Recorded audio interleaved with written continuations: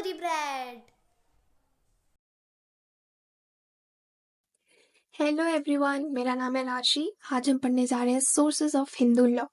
Hindu law कई सारे sources से मिलके बना है, जिसमें सबसे पहले आता है एंशियंट सोर्सेज और सेकंड नंबर पर आता है मॉडर्न सोर्सेज। इन सोर्सेज को अगेन कई सारे टाइप्स में कैटेगराइज किया गया है, जैसे एंशियंट सोर्सेज को smriti, commentaries and digest and customs, और मॉडर्न सोर्सेज को डिवाइड किया गया है legislation, precedents, equity, justice and good conscience. Ancient sources वो सोर्सेज होते हैं जो कि कई हजारों वर्षों से मीन्स कई थाउजेंड ईयर्स से हिंदू लॉ में कंट्रीब्यूट करते हैं, मतलब कई सालों पहले ही वो मौजूद थे और बाद में हिंदू लॉ इन्हीं सब से मिलकर बना है। नेक्स्ट आते हैं मॉडर्न सोर्सेज। मॉडर्न सोर्सेज वो सोर्सेज होते हैं जो रिसेंटली ऐड हुए हैं हिंदू लॉ में, जैसे कि आप समझते होंगे नए नए लॉज जो आते रहते हैं, जो अमेंडमेंट्स होते रहते हैं, वो सारे मॉडर्न सोर्सेज में आते हैं। इसके बाद हम एक एक कर समझते हैं कि क्या और कौन से एंशियंट सोर्सेज होते हैं और कौन कौन से मॉडर्न सोर्सेज होते हैं। सबसे पहले आता है एंशियंट सोर्सेज। एंशियंट सोर्सेज में हम सबसे पहले समझेंगे श्रुति को। श्रुति जो है वो श्रु वर्ड से आया है, जिसका मतलब होता है टू हियर। श्रुति जो है उसका खुद का मतलब होता है व्हाट इज हर्ड, मीन्स जो कि गॉड ने जो भी बोला, भगवान जी ने जो भी बोला, और जब सेंट्स ने उन्हें सुना और लिख दिया, डायरेक्टली लिख दिया, वो होता है श्रुति। जैसा भगवान जी ने बोला वैसे का वैसा ही लिख दिया उन सेंट्स ने, उसे कहते हैं श्रुति। और मेनली श्रुति जो होती है वो वेदास को इंक्लूड करती है। हम जानते हैं कि 4 टाइप्स के वेदास होते हैं, ऋग्वेद, अथर्ववेद, सामवेद एंड यजुर्वेद। इसके बाद आती है स्मृति। स्मृति मतलब क्या होता है? विच इज रिमेम्बर्ड, मतलब जिसे याद रखा गया। सेंट्स जो होते हैं उन्होंने कई टाइम तक भगवान जी की बातों को सुना और अपने दिमाग में रखा, उसके बाद में कई टाइम बाद अपनी लैंग्वेज में उन्हें लिख दिया।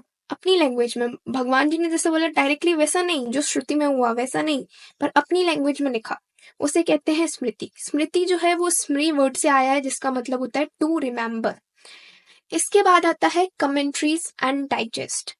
कमेंट्रीज एंड डाइजेस्ट वो टेक्स्ट होते हैं जो कि ऑथर्स डायरेक्टली किसी भी एंशियंट टेक्स्ट पर बेस्ड लिखते हैं, कि उनके उस पर व्यूज क्या है, उन्हें लिखते हैं authors on based of any ancient text. ये वेदर श्रुति भी हो सकते हैं और स्मृति भी हो सकते हैं। कमेंट्रीज जो होती हैं वो 2 टाइप में डिवाइड की जाती हैं और जिन्हें हम 2 स्कूल्स भी समझते हैं। कमेंट्रीज जो होती हैं इन्हीं से फर्दर आगे जाके इन कमेंट्रीज को फॉलो करता है उसी बेसिस पे आगे जाके स्कूल्स बन जाते हैं, स्कूल्स ऑफ हिंदू लॉ, जो हम नेक्स्ट वीडियो में समझेंगे। आगे हम पढ़ेंगे मिताक्षरा और दयाभाग का एक छोटू सा इंट्रोडक्शन ले लेते हैं कि क्या होता है, कैसे होता है, बाकी हम इसको नेक्स्ट वीडियो में समझेंगे।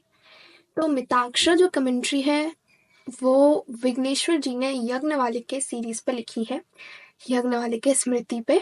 और मिताक्षरा जो है उस वर्ड का मीनिंग होता है ब्रीफ कंपेंडियम। कंपेंडियम, अगर आप लोगों ने मूड कोर्ट में पार्टिसिपेट किया है तो आपको पता होगा कि कंपेंडियम क्या होता है। मैं बताती हूँ। कंपेंडियम बेसिकली वो इंक्लूड करता है कि कहाँ से हमने पर्टिकुलर इंफॉर्मेशन का सोर्स लिया है। कंपेंडियम इस चीज को इंक्लूड करता है। नेक्स्ट आता है दया भाग।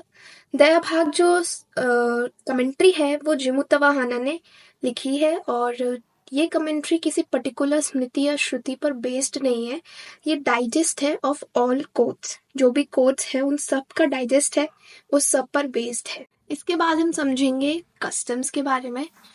कस्टम्स ऐसे ट्रेडिशंस होते हैं जो कई सालों से फॉलो किए जाते हैं किसी एक जनरेशन के द्वारा, फिर वो दूसरी जनरेशन को पास किए जाते हैं। ऐसे कोई भी ट्रेडिशन जो कई सालों से फॉलो किए जाते हैं वो कस्टम्स बन जाते हैं। ठीक है, ये हमारे सोर्सेस थे, सोर्सेज ऑफ हिंदू लॉ। अब इसके बारे में एंशिएंट सोर्सेज हमने पढ़ लिया, अब इसके बाद हम पढ़ेंगे मॉडर्न सोर्सेज। नेक्स्ट हमारे आते हैं modern sources. Modern sources include करते हैं precedents, legislations, justice, equity and good consent.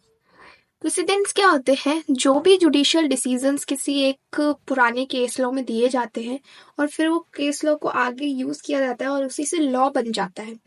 Means सारे केसेस में आगे चल के वो फॉलो करने जाता है, तो उसे जुडिशियल डिसीजंस जो होते हैं वो प्रेसिडेंट्स बन जाते हैं। नेक्स्ट आता है लेजिस्लेशंस। लेजिस्लेशन वो लॉज होते हैं जो आप बेसिक लॉज से समझते हैं कि जो लेजिस्लेचर पास करता है वो लॉज लेजिस्लेशंस कहलाते हैं।